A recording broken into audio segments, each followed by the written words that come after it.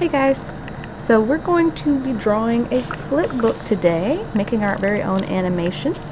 We're going to get a little book like this. So first thing you want to do is on the back, right by the staples, write your name and class code. I'm just going to put CC for class code. Okay, so that means you know that's your flip book.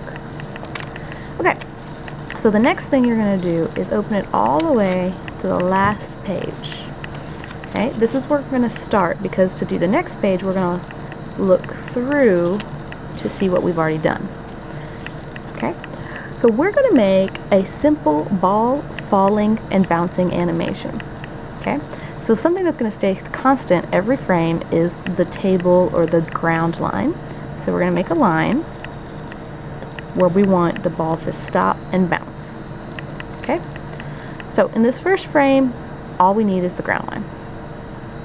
Next, we're going to go to the next page and we're going to lay it on top of what we already did. And if you look very closely, you should be able to see your line through it. Make sure you're drawing dark so that you can see what you've already done, and you should be able to see it to copy it. If you can't see it very well, you could hold it up to the light. See where you can see it there now?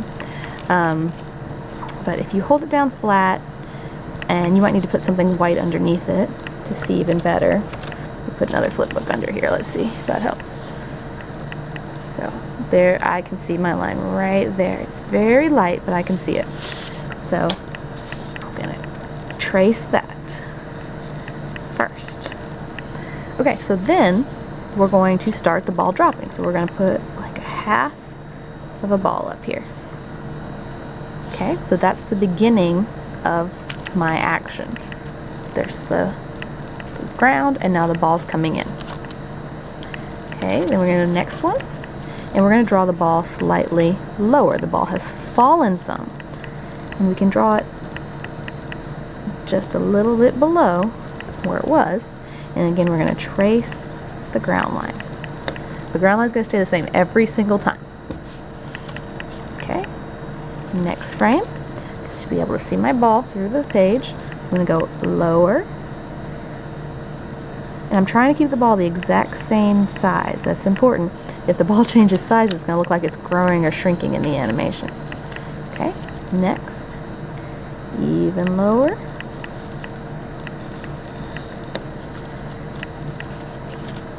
Now you can see I'm kind of drawing my ball as an oval. That's because as it's speeding up, you can do a stretch. It makes it look like it's stretching out. Almost hitting the bottom now. Okay, so I've done 1, 2, 3, 4, 5, 6, 7 frames. I've got 5 more. Okay, so then on our 8th frame, I'm going to have the ball just touch the ground. It hasn't bounced yet, it's touching it. And I'm going to have it kind of flatten out here. So it's a squashed oval. It's touching the ground and it's squishing because it's bouncing, right? It's like very soft, and when it hits that ground, it squishes. Okay, so then we're going to have it bounce off. Boing! So now from where it was there, we're going to have it bounce up, off. And so I put the little oval bouncing that way. And then we're going to have it bounce off again. And then our last frame is the ball's almost gone. Halfway off the page. And there we go. Okay, so if we've done it right, we should be able to flip it now and watch the ball bounce. Bing!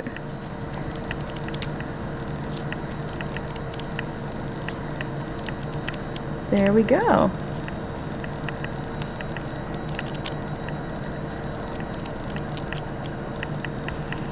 And if I go backwards, whoop, it looks like it's flying, bouncing up into the air.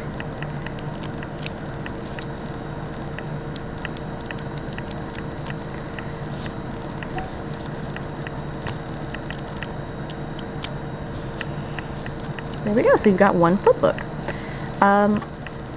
Now,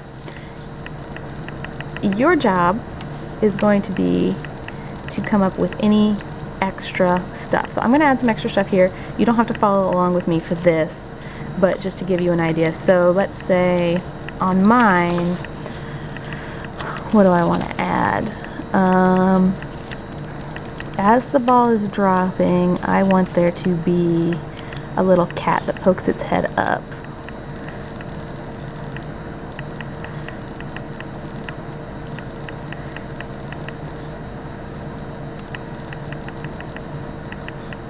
To see what's happening there.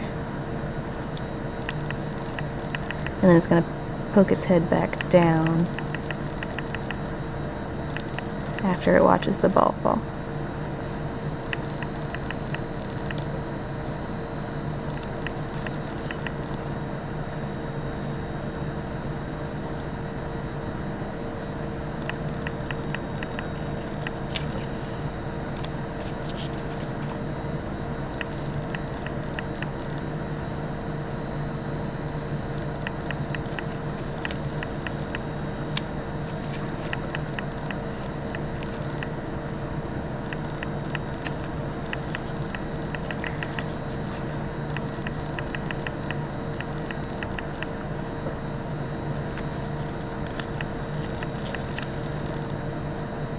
Okay, so there's the thing I added is a cat peeking, so let's see how it looks.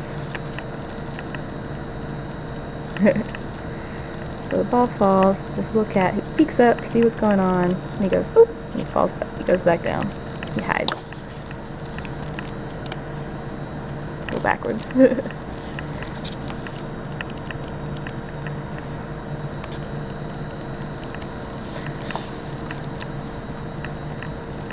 Okay guys, have fun.